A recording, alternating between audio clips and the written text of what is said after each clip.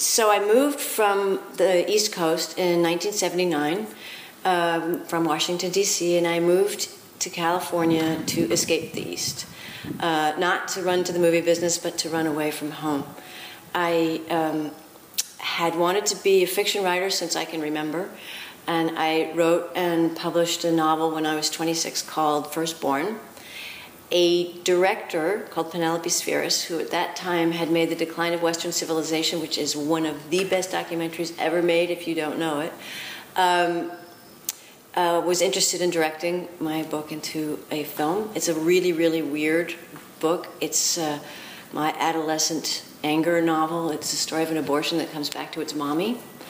Sort of a Frankenstein story and a send-up of suburbia. It was meant to be blackly comedic, but I think that the abortion debate would probably make that not so funny. At any rate, she wanted to make it into a film. I gave her the option on the book for $1, and we wrote the screenplay together. I'd never written a screenplay before, but she had, so I said, you can have the option for $1 if I can write the script with you. So we did that. I was smart enough to put my hands on the keys.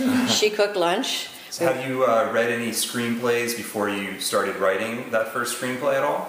I had. I suppose I'd read some. I mean, you know, we all grew up on the movies, and I feel like the rhythms of movies are so deep inside us that, to a great extent, you know, you either, it's like being able to write a sonnet. You either can find your voice within the confines of the structure, or you can't. So I was lucky enough to find that I loved it. I was good at it. I dug it, and her agent asked if he could represent me after we finished the screenplay, and he's still my agent today, so it was a happy story.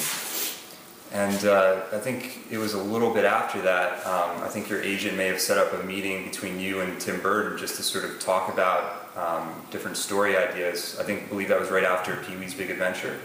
That is correct. It's pretty close to accurate. We were both at the same agency, Tim Burton and I, and neither of our agents knew what to do with either of us, to be perfectly honest, in terms of sensibility. And they thought that we would get along, and indeed we did. I think our first meeting was actually at Tony Bill's restaurant. What was that restaurant called? Oh, it was in Venice, right? It's in Venice, yeah. What was it called? Market Street Cafe. Okay. The Market Street. And then we went and walked on the beach for hours and became really good friends, actually. I don't think our agents really had a goal in setting us up as people to talk to each other. They just sort of, you know, wanted to appear busy, I think. So we became good friends and really did want to work together. And so one night at a bar in Brentwood, Tim told me about a drawing he had made in high school of a character who had scissors for hands. And I said, stop right there. I know what to do with that. So it was really using that drawing as a springboard to create a story around it. Exactly.Id he have a name? Was it called Edward Scissorhands at the time? It was, yeah. He was called Edward Scissorhands. I actually tried to get him to change the name because I had a character in my novel called Edward, and I was like, it's too many Edwards. Can we change it to Nathaniel Scissorhands? And he said no. And I believe, so he just sort of gave you free rein to write a screenplay from there. And did he have any structure in mind in terms of how he saw the narrative going? No, Tim, you know, for all I know today, he's a lot more involved in the writing of scripts. But at that time, he wouldn't have dreamed really of thinking he knew how to write a movie. I know he wrote a weird little treatment. The one image I remember from his treatment, because he'd been wanting to make a film with this character for a long time, and the one image was he had him playing steel drums. I didn't know what that was for, so I didn't use that image. But anyway, so that was. He and I were both obsessed by suburbia. It just was it just sort of like naturally. Yeah. I mean, his story just came sort of like boom. I wrote it in 3 weeks. It was just something. I think for him it was the vision of childhood. He grew up in Burbank. He did. For you it was Maryland. That was sort of the inspiration for that suburban reality as well. Yes, and I actually was living in Burbank when I wrote the movie. I moved to a section of Burbank where you can have horses in your backyard, and where it's sort of Mr. Ed land. And so I was living there when I wrote it, so I was right in Tim Burton neighborhood. And indeed, it is the kind of place where any kind of disaster strikes on the block, and everybody brings out their lawn chairs and can't wait to see someone else's misery going on, and it's hilarious. Like in the film, there's so much gossip going on between all the women in this little suburban enclave, and they're talking about the goings-on of Diane Wiest and her family and everything. And what were the Diane Wiest character, the Alan Arkin character, were those also in your mind as you were constructing the story? They were based on my family, actually. It's the only thing I've ever written where, other than my novel, where pretty much everybody is somebody that I knew. Wow. My mom wasn't an Avon lady, but she was always bringing strangers home. And my dad always has loved pithy ludicrousnesses, like, you can't buy a car with cookies, Jim, now can you? That would be classic my dad. And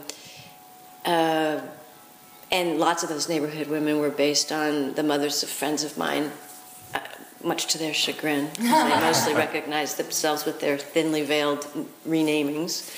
They liked themselves better than they did in the novel, though, I have to say. So, Edward was a portrait of Tim, though my high school boyfriend was a mime, and lots of people at home think it was based on him, because he's essentially a silent character, but it wasn't really.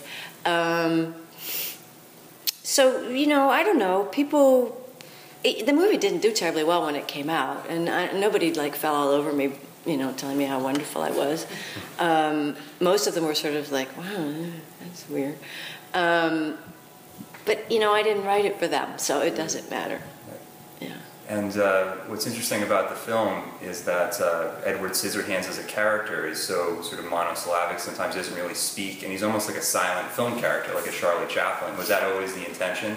Well, he was based on my dog, and I had this lovely dog, not one of these, but a dog a long, long time ago, who was about as present a creature as you could possibly meet on Earth. And she was always the brightest eyes, and always looked like if only she had the right utensils in her throat, she could talk, but she couldn't. So she was just eager and always involved, and that's how I felt about that character. Because he's naive, and he doesn't understand the rules, and he tries really hard to follow the rules or find the rules, or he takes things too literally. He's just sort of being trained how to be a human being. So that was kind of what my dog was like. And did you ever have any actors in mind when you were writing at all? I mean, did you have any idea Johnny Depp would be, and I mean, this was the beginning of Johnny Depp's career, but... Yeah, so at Austin Film Festival a couple of years ago, I was given this Screenwriters Award, and Johnny came to give it to me, and evidently he knew that I didn't want him. Because to me, at that time, he was Winona Ryder's boyfriend. He wasn't, I had never seen his television show. I didn't have any associations with him. I wanted John Cusack, who I thought was adorable. And I wanted Laura Dern for the girl. So, but I'm perfectly happy with how it turned out. And whenever you write a film and then you see it being executed by a director, do you ever feel that there's a difference between what you've written and what's on the screen, or do you sort of try to let it go and have the director sort of interpret it in his or her own way? Well, I've been not very successful at that. I became a director briefly in response to not really liking a film of mine that had been made from a script of mine. I was sort of inspired to do it myself. I didn't really enjoy being a director. I'm much too much of a homebody, so I pretty much ran back home to my desk as soon as I could. But there have been occasions when I haven't been happy, but there have been occasions where I've been ridiculously surprised. I mean, I think Homeward Bound is a beautifully executed film. It's the only of my movies that I actually cry in, which is ridiculous. I know how it ends, and I bawl every time. Dwayne Dunham was an editor. He was David Lynch's editor. I think he even worked on Star Wars. Is that right? He worked on Star Wars. Yeah. He was Marcia Lucas's, really good, Marcia Lucas's assistant. She trained him. David used him. He became a director with Homeward Bound, and he just nailed it. So, you know, it happens both ways sometimes. Yeah. Nightmare Before Christmas was so beautifully executed. You couldn't complain about that for a second. And was that similar to Edward Scissorhands in terms of there being drawings that Tim Burton had created, and those were sort of a springboard to create a narrative, or? Well, Jack Skellington was definitely a creation of Tim's. He had written a poem parody of The Night Before Christmas. I think he's even published it since, years before, when he was at Disney. So he'd drawn Jack. His Sally looked more like the Corpse Bride. I mean, she was very... But when I got involved, which was actually pretty far down the road, I was like, well, you know, I don't understand that kind of girl. I kind of get the little matchstick style girl. So we redesigned her. Tim wasn't terribly present, to be perfectly honest. I mean, he had script approval, but I don't know. Maybe he designed all those characters. I mean, Rick Heinrich seemed to be working on them, and Joe Ranft while I was involved. But I honestly can't answer that. I wasn't the first writer on the project, so I came in rather late. And did you work at all with the director, I believe was Henry... Selick? Selick, yes. I think that was his first feature. It was his first feature. Henry had been famous for making these interstitial things on MTV in the 80s, these funny little character, 60-second pieces. And I think he'd gone to school with Tim. I mean, there was a whole kind of Disney mafia and Cal Arts mafia, the John Lasseter... Henry, Tim, I don't know if Rick Heinrichs went there. But anyway, so lots of them ended up at Disney, at least briefly, including Tim. Henry was not the easiest person in the world to work with. Those animators are pretty OCD. But he and I ended up, years later, admitting to each other that we were really good friends. But it was a kind of combative experience. But, often it is with the screenwriter. People often think that you can, have something fast, slow, close, quiet, loud, all in the same moment. I mean, we're treated as if we can, pull magic out of our assholes. And we do our darndest to do that. But, movies take place in time. You can also only do one thing at a time, so It's a little tricky, especially for a first-time director who really didn't know script and didn't know much about script. Do you think it's more difficult in an animation form where everything is so specific when you're, because it's 24 frames a second, they really have to delve into each moment so deeply that it's sort of... like the director sort of tries to have so much control in an animation setting more so than in a live action? Or? Well, you don't want to roll any footage you're not going to use animation-wise. So what really happens is that it's very, very intensely storyboarded. And then they do what's called an animatic from that storyboard, which is basically like a flip book. So they pre-visualize the entire film pretty much. I mean, it happens as the film is being shot. I mean, that was what was dodgy about The Nightmare Before Christmas, is that they were already shooting before they realized that they didn't have a script.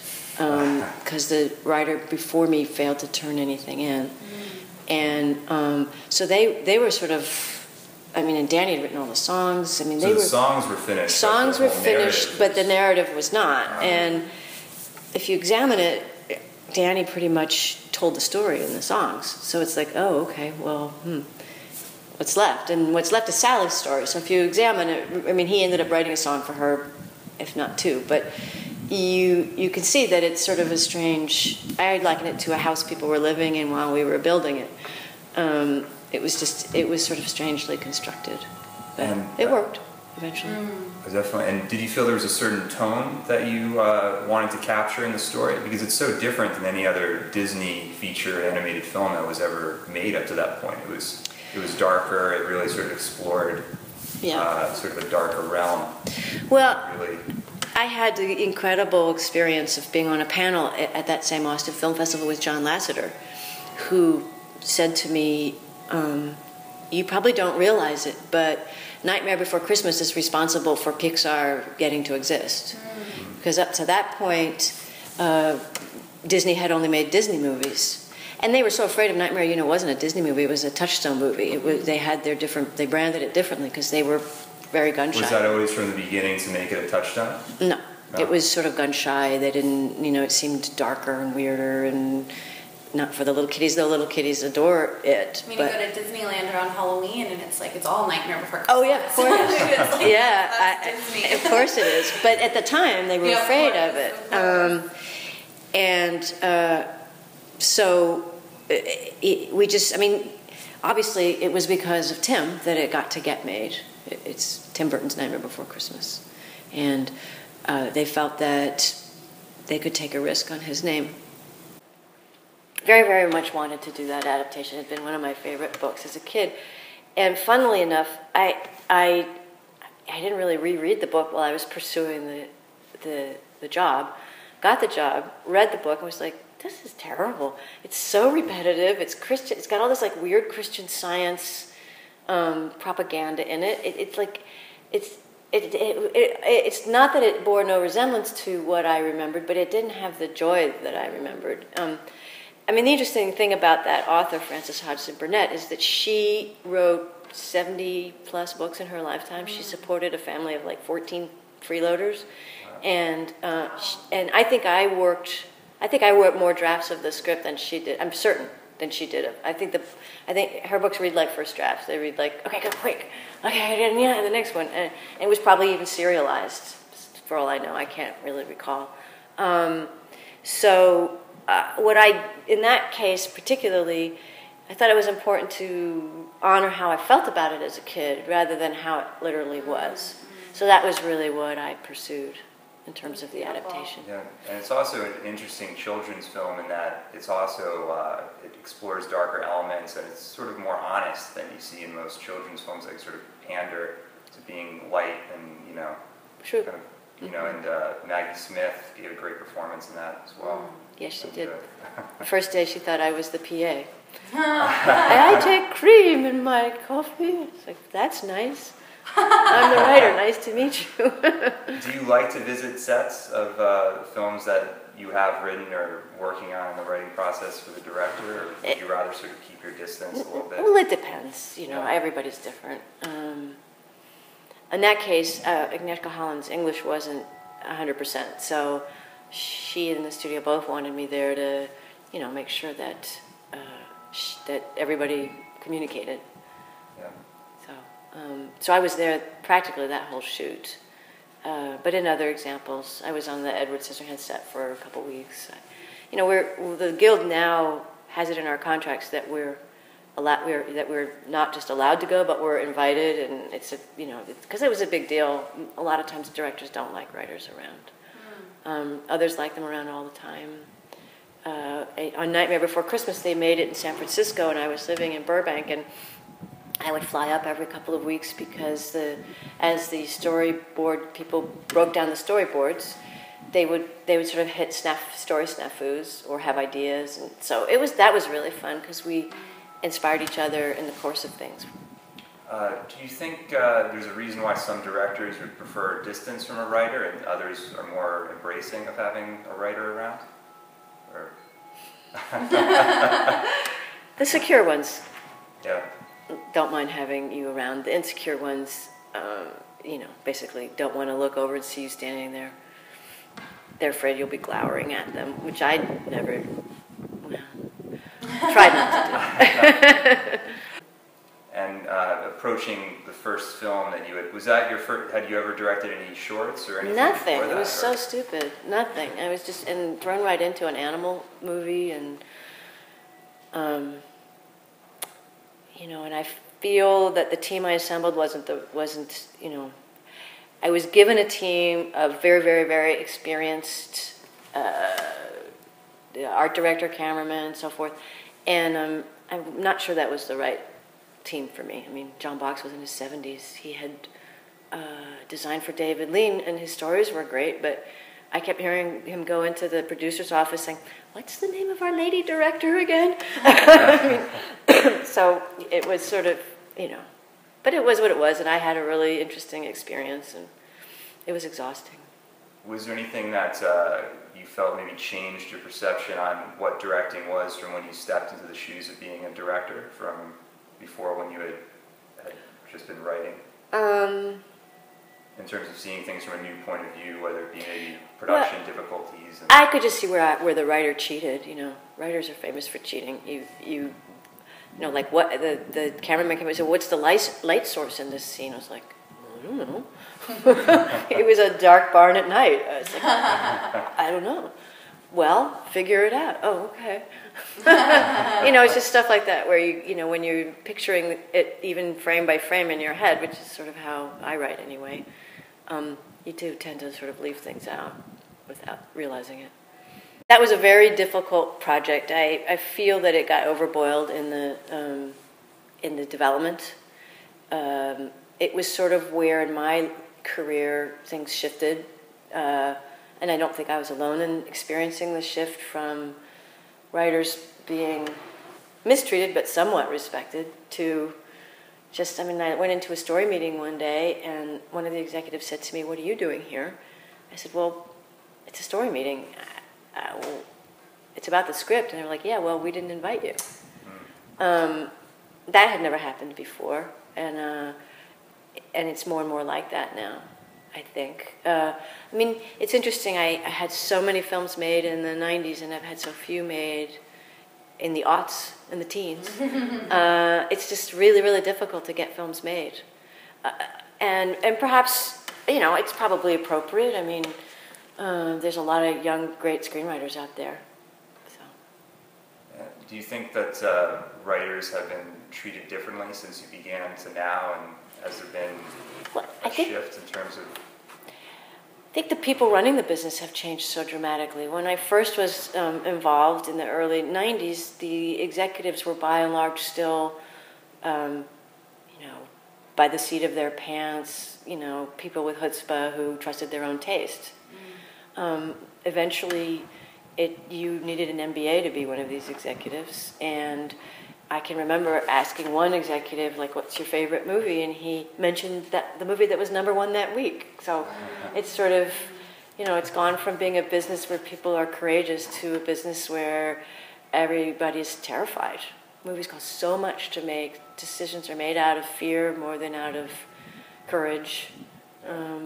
It's a sad business to me at this point. TV's more brave and seems much more interesting. I wanted to do TV really badly when I was a young writer, but I don't want to go to an office now. I don't want to have to live in LA. I don't want to, I mean, I'm blessed with not having to do that, and so I don't. I think recently you've been working with Sofia Coppola I on Little Mermaid. Mm-hmm. We've had a great time. She's a wonderful person. I have been so impressed with how down-to-earth she is and how grounded she is and how decisive she is and how sweet she is. It's been really fun. So, you know, I have hope that, you know, another project could be fun again. Is there a certain point of view that you think that you want to bring to Little Mermaid in terms of how you see the story being executed? Or? Well, it's, you know, it's funny. People, this Disney tale is so in the zeitgeist still that people don't really know that Hans Christian Andersen wrote a very, very dark tale 100 plus years ago, maybe almost 150 years ago now, I guess. And so we're returning to the original tale, and it's a very sad love story. She doesn't get the guy, for example. So it's pretty sad and pretty dark, but it should be beautiful. I mean, it's going to be an underwater world. I think the technology that we'll use is the gravity technology, so it'll feel really new and fresh, and it'll be possible to do it. Wow. So it'll seem like people are really underwater in that universe. Uh-huh. Wow. Yeah, it's going to be gorgeous, and so yeah, I have high hopes that it's going to turn out well. You know, when it comes to female writers, you know, strong female writers, strong female directors, strong female editors, you know, they're so few and far between. And so I was just really wondering what your impression, you know, being a woman in the industry has been. Well, actually, I've always thought that the better kind of person to ask would be someone like Catherine Bigelow, whose interests are classically male. Yeah. My interests are classically female, really. So I never really felt any kind of prejudice or distrust of my being a woman until I was a director. And there was one night on Snow White where it was 2 a.m. and we were doing a visual effects shot, and I'm not terribly bright about this sort of thing, but logic was not applying here. I don't understand why we were doing it this way and not another way. And the visual effects supervisor said, well, the producer had told him to do it that way, the cheap way. So I decided that I was going to pitch a wobbly like a guy would. So I picked up a chair and I threw it and I said a few choice words and I said, either we're going to do it right or we're not doing it at all, because I spent 5 years of my fucking life on this and you just got here, and how dare you say we're going to do it cheap, not right. And I stormed off to my trailer, and that Monday morning the producer tried to get me fired. Whereas, so the line between respect and being a bitch is quite thin. Yeah. I think I get the B word applied to me a lot, but that's because I've worked really hard to fight for the work. I don't, this is my life. I don't have kids. This is what I've done with my life, and I treasure it, and I have self-respect about it, and I have opinions about it, which isn't always what people want to be around. I think that's fantastic, and I think it's really interesting because women are so quickly called like, oh, well, she's a bitch, where a guy would be like, oh, well, he's being the boss. Or He's being assertive. He's assertive, it's so interesting. And so I never really experienced it until that moment where I thought, oh Christ, that's it's true. Like, I remember growing up and watching like Homeward Bound, and even Black Beauty and the Addams Family, and of course Nightmare Before Christmas. And you're like, how does that feel to have like such a place in people's like memories and hearts with the work you've done? Well, that's the very best part about the work that I do is, I went to, with the city of Ember, we went to Sitges, the film festival in Spain, and a journalist asked me, like, how does it feel to have written the most well-loved cult movie on the planet? I was like, which one is that? It was Nightmare Before Christmas. I was like, I don't know how that feels. I guess it feels great.